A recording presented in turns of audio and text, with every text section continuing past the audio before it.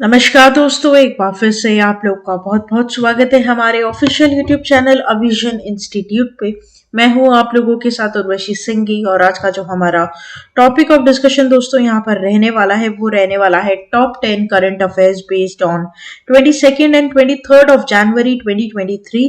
आशा करते हैं कि आप लोग सब लोग घरों में बिल्कुल अच्छे होंगे, सुरक्षित होंगे। सेशन को स्टार्ट करने से पहले दोस्तों मेरी आप लोगों से एक छोटी सी रिक्वेस्ट रहेगी कि जो भी हमारे चैनल पर नया जुड़ा है या फिर इन वीडियोस को पहली बार देख रहा है, make sure that you hit the subscribe button. Also don't forget to press the bell icon. Also share this video with your friends as well.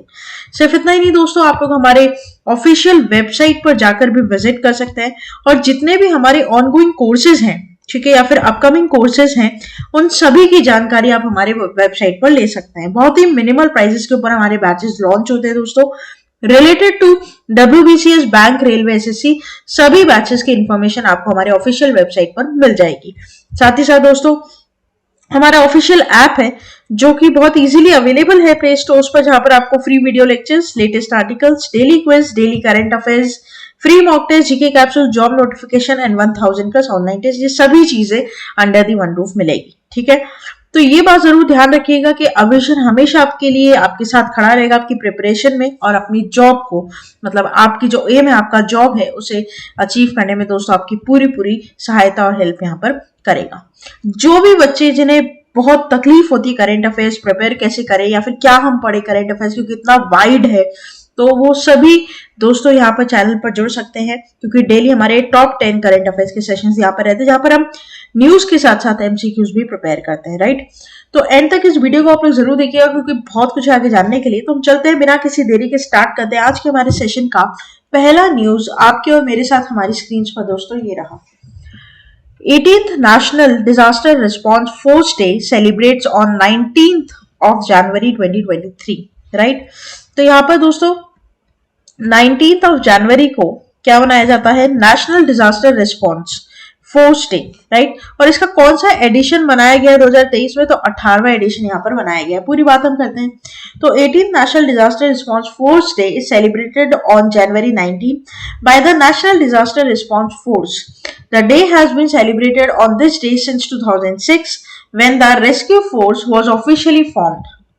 The specialized multi-skilled rescue force is made up of battalions from the BSF, CRPF, CISF, ITBP and SSB। Basically होता है क्या दोस्तों, सुरक्षा force बनाई जाती है। ठीक है, सुरक्षा यहाँ पर कर्मी दल होते हैं जो कि क्या करते हैं दोस्तों, जब भी कोई ऐसी विपदा आएगी तो रेस्क्यू टीम हमेशा वहां पर पहुंच जाती है। ठीक है, वो रेस्क्यू जो टीम होती है दोस्तों, उसमें CRPF के नौजवान, SSB के, ITBP के, CISF के और BSF के, इन सभी का मिक्सचर एक ग्रुप बनाया जाता है, जिसे हम यहाँ पर ये बोलते हैं क्या, फोर्स डे फॉर द, मतलब बेसिकली जो पूरा ग्रुप होता है वो मल्टी स्किल्ड रेस्क्यू फोर्स का होता है, जिसमें बटालियंस होता है। ठीक है, बटालियंस मतलब जो वो योद्धा है, या फिर मैं बोलूं तो वो आपके जो सैनिक होते हैं, जो इन सभी जगह से आते हैं और उन्हें हम क्या करते हैं, कोलैबोरेट करते हैं, एक जगह असेंबल करते हैं। राइट, सिंपल बात है। जैसे कि मान लीजिए ड्राउनिंग हो गया, बिल्डिंग कोलैप्स हो गई, लैंडस्लाइड हो गई, डिवास्टिंग फ्लड्स हो गया, अर्थक्वेक्स हो गया, साइक्लोन्स हो गया, इनमें जितने भी,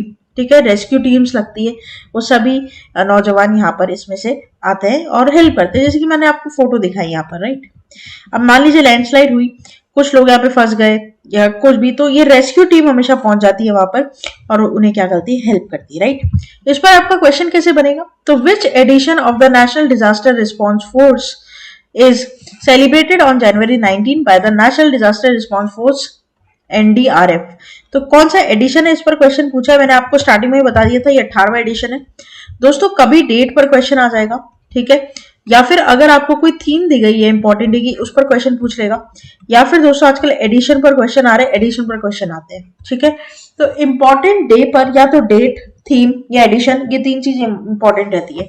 कभी कभी क्या होता है, मोटो भी रहता है, किसी किसी में मोटिव रहता है, या उनका मोटो क्या है वो रहता है, उस पर भी क्वेश्चन आपका बन सकता है। ठीक है, तो ये 4 दोस्तों डायरेक्शंस है जहां पर आपके क्वेश्चन बनने के चांसेस ज्यादा रहते हैं। राइट, आगे चलते हैं न्यूज नंबर 2 के ऊपर। Leading scientist AD Damodaran passes away. ठीक है, डेमाइस है, ऑर्बिचरी है, हमें इसको थोड़ा पढ़ना होगा। तो AD Damodaran, leading scientist and farmer director of CSIR passed away in Trivandrum at the age of 87, and he also served as a chairman of Kerala State Council of Science, Technology and Environment, right? तो यहाँ पर दोस्तों AD Damodaran, आपको मैं photo दिखाऊं एक बार इनकी, right? Photo देख पा रहे हैं आप यहाँ पर। इनका यहाँ पर क्या हो गया दोस्तों, देहांत हो गया, राइट?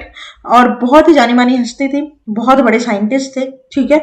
अब इस पर क्वेश्चन आपका कैसे पूछा जा सकता है, तो AD Damodaran who has recently been passed away belongs to which of the following field of interest, तो यहाँ पर जो करेक्ट हो जाएगा वो हो जाएगा क्या, साइंटिस्ट, राइट? तो डेमाइस है, ऑर्बिचरी है, हालांकि दोस्तों अब इतनी ज्यादा इंपॉर्टेंट हम नहीं बोल सकते इसको, लेकिन फिर भी दोस्तों क्योंकि ये एक हीरो टॉपिक रहा हुआ है पहले करंट अफेयर्स के सेगमेंट में, तो हम अभी इसको नेग्लेक्ट तो नहीं कर सकते, ये बात आप ध्यान रखिएगा।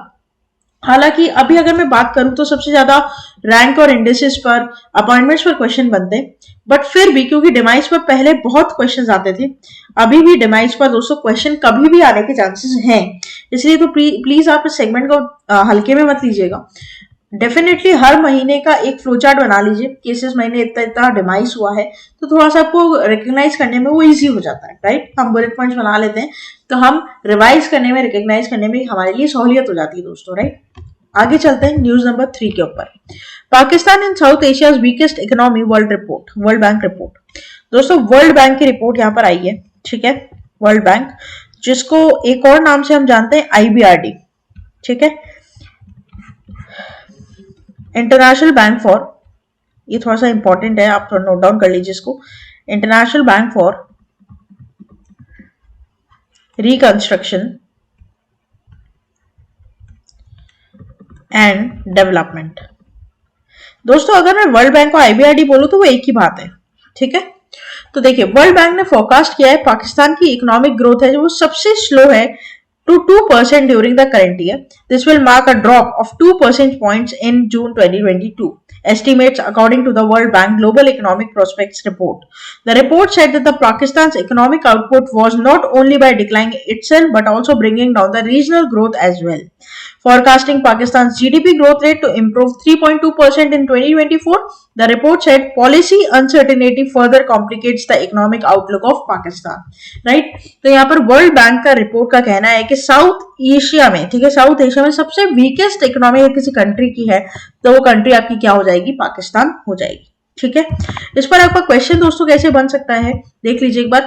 According to the world bank which South Asian country has weakest economy, तो करेक्ट हो जाएगा आपका क्या, पाकिस्तान। आगे चलते हैं दोस्तों न्यूज नंबर 4 के ऊपर।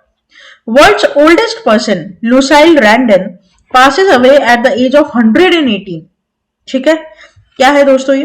तो world's oldest person French nun Lucile Randon has died at the age of 118, and Randon, also known as Sister Andre, was born in southern France on February 11, 1904, a decade before the World War I. She was long regarded as the oldest European, but the death of Japan's Ken Tanaka at the age of 119 last year made her world's oldest person. Right? तो ये बात आप जरूर ध्यान रखिएगा। Photo आप इनके यहाँ पर देख पा रहे हैं, फ्रेंच नन है ये, ठीक है? इनका नाम यहाँ पर क्या हो जाएगा, इनका नाम यहाँ पर हो जाएगा लुसाइल रैंडन, ठीक है? इनका देहांत हो गया 118 एज में, 118 में, 118 साल की उम्र की वर्ष की आयु यहाँ पर रही। और क्वेश्चन क्या हो जाएगा, name the world oldest person who passed away recently, तो करेक्ट हो जाएगा आपका लुसाइल रैंडन। आगे चलते दोस्तों। Jammu and Kashmir brings first Indian UT to complete shifted to e governance mode, ठीक है? तो यहाँ पर दोस्तों जम्मू एंड कश्मीर की अगर मैं बात करूं, ठीक है, जम्मू एंड कश्मीर की अगर मैं बात करूं तो यहाँ पर वो पहला ऐसा यूनियन टेरिटरी बना है हमारे भारत का जो पूरी तरह से ई गवर्नेंस मोड पर शिफ्ट हो चुका है, ठीक है? तो Jammu and Kashmir becomes the first union territory in India to complete switch to a digital method of administration, leading the way in the digital transformation of governance, and all governmental and administrative services in Jammu and Kashmir are currently only offered digitally. The declaration was made during the meeting of Committee of Secretaries, and Chief Secretary Dr. Arun Kumar Mehta instructed the Commissioner of IT during the meeting to make sure that all government services would only be accessible online, right? तो यहाँ पर दोस्तों basically इस union territory में क्या होगा मैं ये बताऊं आपको। जितनी भी गवर्नमेंट की सर्विसेज हैं, ठीक है, जितनी भी गवर्नमेंट की सर्विसेज हैं वो पूरी तरीके से ऑनलाइन शिफ्ट हो चुकी हैं। मतलब कोई भी सर्विस आपको ऑफलाइन नहीं मिलेगी यहाँ पर गवर्नमेंट की, ठीक है, प्राइवेट की नहीं, गवर्नमेंट की बात हो रही है। तो जितनी भी गवर्नमेंट की यहाँ पर सुविधाएं हैं Jammu and Kashmir union territory में, ठीक है, वो सब कुछ आपको ऑनलाइन बेसिस पर जाकर क्या करनी पड़ेगी, एक्सेस करनी पड़ेगी, राइट। तो इसे हम बोलते हैं ई गवर्नेंस मोड, ठीक है, ई गवर्नेंस मोड, ये आपको ध्यान रखना है। और वहां के chief secretary doctor Arun Kumar Mehta ने ये इंस्ट्रक्ट किया है कि जितनी भी सर्विसेज है वो सिर्फ असेसेबल होगी ऑनलाइन मोड पर, ठीक है। इस पर क्वेश्चन आपका कैसे बन सकता है, तो which of the following became the first Indian UT to completely shift to e governance mode, तो ये करेक्ट हो जाएगा आपका क्या, जम्मू एंड कश्मीर। आगे चलते हैं दोस्तों न्यूज नंबर 6 के ऊपर। हम यहाँ पर हमारे वीडियो के हाफ वे थ्रू पहुंच चुके हैं, 50% हमने कंप्लीट कर लिए यहाँ पर न्यूज़ेस। अब हम चल रहे हैं न्यूज नंबर 6 के ऊपर। Amazon back as world's most valued brand, Apple down to number 2. Billionaire Jeff Bezos' e-commerce company Amazon has become the most valued brand, overtaking Apple, last year topper. Amazon has reclaimed the top spot as the world's most valuable brand despite its brand value falling 15% from this year to this.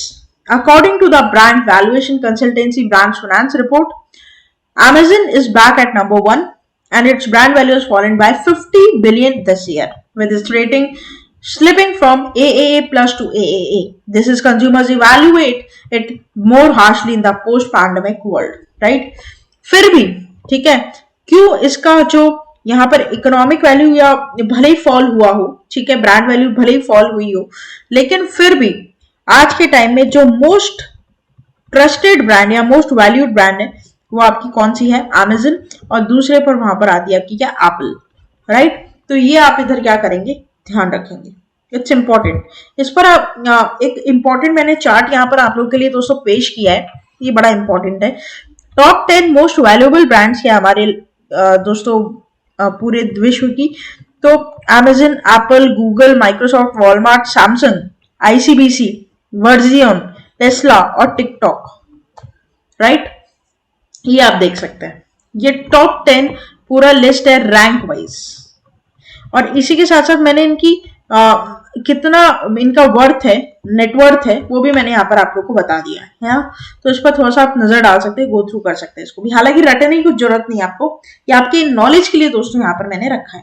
Question कैसे बन सकता है इस पर, तो which of the following has reclaimed the top spot as the world's most valuable brand despite its brand value falling 15% this year from last year? तो ये correct हो जाएगा आपका क्या, आपका यहाँ पर Amazon होगा दोस्तों, ये Apple यहाँ पर गलत मार्क हुआ है, ठीक है, Amazon हो जाएगा, राइट। सिंपल, अभी हम पढ़कर आए तो आप ये ध्यान रखिएगा। ओके, आगे चलते हैं। Google pilots SoundPod by Google's Pay for UPI payments in India. क्या है दोस्तों ये, Google is actively working on the Soundbox of the India market, similarly to the Paytm PhonePe that one uses, right? Basically क्या होता है, मैं तुम्हें बताऊं क्या है ये SoundPod। आपको पता है जब आप किसी रिटेलर के पास जाते हो और आप वहां पे पेटीएम करते हो तो डब्बे में बोलता है ना कि 100 रुपए प्राप्त हुए, 1500 रुपए प्राप्त हुए, 10 रुपए प्राप्त हुए, वो डब्बा बोलता है ना स्पीकर जैसा, वही है साउंड अलर्ट, है ना। तो अब गूगल पे भी वो कर रहा है। तो Google is actively working on the sound box for the India market similar to the Paytm or PhonePe that you can see at neighborhood shop, which gives a sound alert on the digital payment that has been made. The search giant is piloting Soundbox of its own country to alert sellers confirmation of UPI-based payments. The company has branded theme as SoundPod by Google Pay and is currently distributing as a pilot with some shopkeepers in North India, including Delhi. The SoundPods are built by Amazon, ToneTag, and Reported Mansion, right? तो जो Google अपना खुद का बना रहा है उसका नाम है आपका SoundPod, ठीक है, बाय गूगल पे। तो पहले तो सिर्फ आप देखोगे अपने शॉपकीपर्स के आसपास जाके कभी देखना, सिर्फ पेटीएम और फोन पे के ही आपको दिखेंगे वो साउंड बॉक्सेस।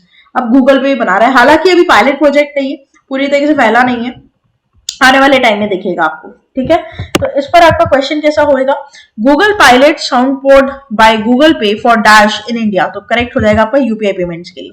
बेसिकली वो यूपीआई पेमेंट्स के लिए ही होता है, ठीक है, होता है ना कि जैसे हम किसी की दुकान में गए, हमने पेमेंट किया, तो वो स्पीकर होता है एक छोटा सा उनके पास लगाया हुआ, वो बिना चेक किए, मतलब फोन चेक करने की जरूरत नहीं, आपको स्पीकर बोल देता है भैया इतना ट्रांजेक्शन हुआ है, सिंपल। आगे चलते हैं। Bharti Airtel to invest 2000 crores to set hyperscale data center in Hyderabad.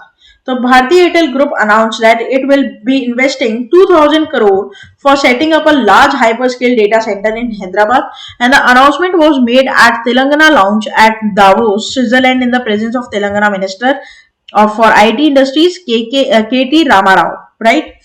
अच्छा, ये बेसिकली डेटा सेंटर है क्या, है ना? तो data centre is dedicated space और building that houses an organization IT equipment and servers. The company can draw on its own data center resources to operate its business and serve those resources to public as a service. तो basically ये data centre होता क्या है, इसकी definition मैंने यहाँ पर आप लोग को दे रखी है।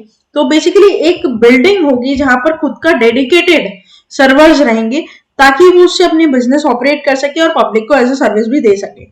ये हाइपर स्केल डेटा क्या है, ये थोड़ा सा देख लेते हैं।